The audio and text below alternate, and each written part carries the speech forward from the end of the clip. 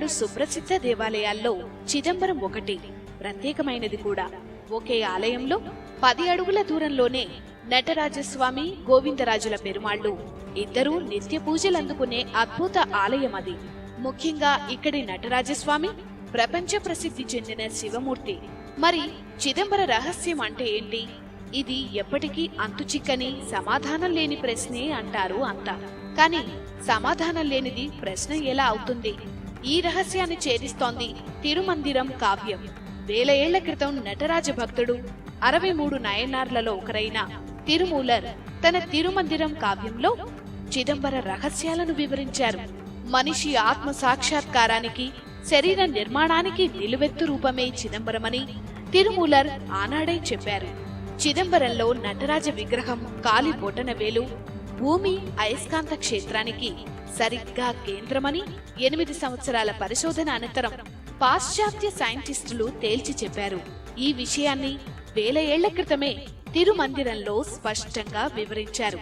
అంటే ఈ ఆలయం ప్రపంచ అయస్కాంత క్షేత్రానికి సరిగ్గా మధ్య బిందువు. ఆ రకంగా అయస్కాంత శక్తిని నటరాజస్వామి బ్యాలెన్స్ చేస్తున్నాడన్నమాట.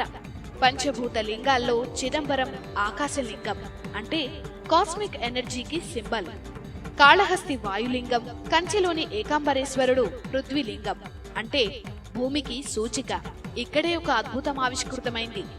ఆకాశం, ఆ తర్వాత వాయువు, ఆ తర్వాత భూమి ఏర్పడ్డాయని సైన్స్ పరిశోధనల్లో తేలిన విషయమే. భగవంతుని మాయో ఏమో గాని పైన చెప్పిన 3 దేవాలయాలు చిదంబరం, కంచి, కాళహస్తి, ఈ 3 ఆలయాలు ఒకే రేఖాంశం మీద ఉన్నాయి. ఈ 3 దేవాలయాలు ఒక రాజు కట్టినవి కావు, ఒక కాలంలో నిర్మించినవి కావు. మరి సరిగ్గా ఇది ఎలా సాధ్యమైంది? ఖచ్చితంగా దైవలీలే. ఇక చిదంబర రహస్యం అంటే ఏంటో చూద్దాం. ఈ అనంత విశ్వం నుంచి పుట్టిన మనిషి జీవాత్మే చిదంబర రహస్యం. ఈ ఆలయానికి 9 ప్రవేశ ద్వారాలు ఉన్నాయి. ఇవి మానవుడి నవరంధ్రాలకు సూచిక. చిదంబరం దేవాలయం పైకప్పుని 21,600 బంగారు రేకులతో తాపడం చేశారు. మానవుడు రోజుకు 21,600 సార్లు గాలి పీలుస్తాడు. సైన్స్ ప్రకారం లెక్క వేద్దాం. నిమిషానికి ఒక ఆరోగ్యకరమైన మనిషి తీసే ఉచ్ఛ్వాస నిశ్వాసల సంఖ్య 15. గంటకు 900. రోజుకి 24తో గుణిస్తే సరిగ్గా 21,600. కొన్ని వేల ఏళ్ల క్రితమే మన యోగా శాస్త్రం మనిషి అనాటమీ మీద చేసిన గొప్ప పరిశోధనకు ఇదే సాక్ష్యం. ఇక పైకప్పు బంగారు రేకులను తాపడం చేయడానికి 72,000 బంగారు మేకులు వాడారు. మన శరీరంలో ఉండే నాడుల సంఖ్య 72,000ని ఆయుర్వేద శాస్త్రం చెప్తోంది. దేవాలయంలో నటరాజస్వామి కొలువైన గర్భగుడిని పొన్నాంబళం అంటారు. ఇది కాస్త ఎడమవైపుగా ఉంటుంది. శరీరంలో గుండె ఉండేది ఎడమవైపే కదా. పొన్నాంబళానికి అటు ఇటు కనక సభ, చిత్ సభలు ఉంటాయి. కనక సభలో 4 స్తంభాలు, 4 వేదాలకు ప్రతీకలు. పొన్నాంబళంలో 28 స్తంభాలు, 28 శైవ ఆగమాలకు గుర్తులు. ఈ స్తంభాలు 4,096 వాసాలను సపోర్ట్ చేస్తాయి. 4,096 అంటే 64 స్క్వేర్.